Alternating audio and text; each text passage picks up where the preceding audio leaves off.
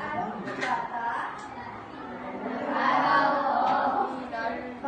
Bago ako magsimula, magpapakilala muna ako. Ako si Teacher Milin from NDC, North Davao College. Magkitayo ang lahat para sa ating dalalasin.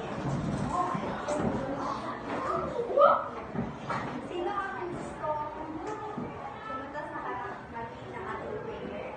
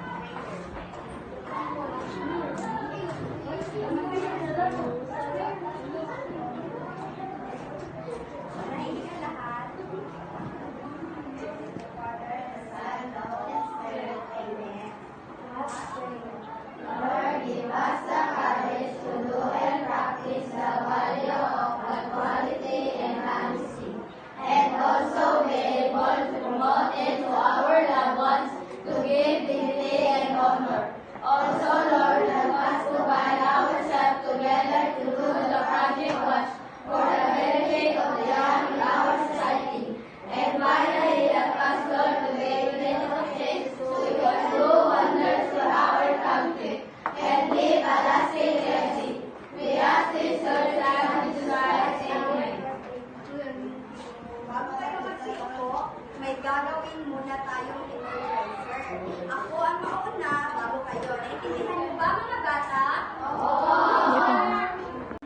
Makinig kayo mga bata dahil may babasahin ang kwento. Naintindihan niyo ba mga bata? Oo! Ang alamat ng ating kwento ay ang lihim ng bundok Malaya. Sa isang maliit na bayan sa paanan ng bundok Malaya, ay isang batang nagngangalan dito na mahilig maglakbay. Ano ang pangalan ng batang mahilig maglakbay, mga bata? Lito! Lagi niyo ang pinagmamasal ng bundok at iniisip kung ano ang nasa kabila nito. Ayon sa matanda, may lihim daw ang bundok na dapat utasin ng isang matapang na puso.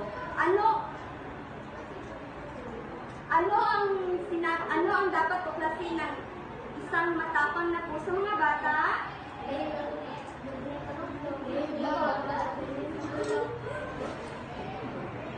Isang araw, nagpasya si Lito na akyatin ito. Habang siya'y naglalakbay, nakita niya ang iba't ibang anyong lupa. Ano ang nakita ni Lito? Anyong lupa.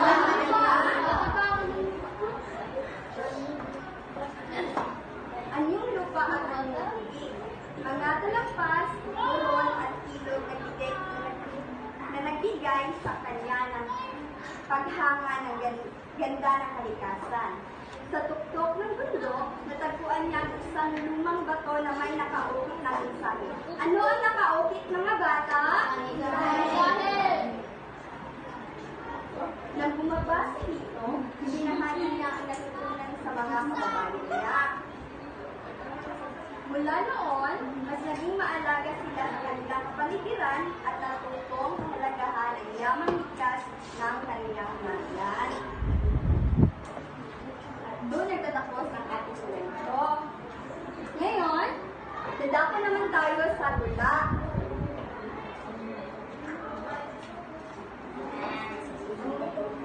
Ang pamagat ng ating tula ay ganda ng ating bayan.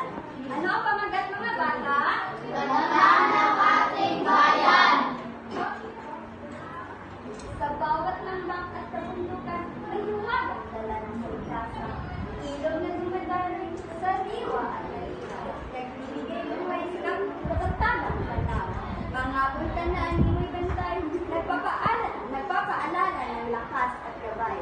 Sa dalampas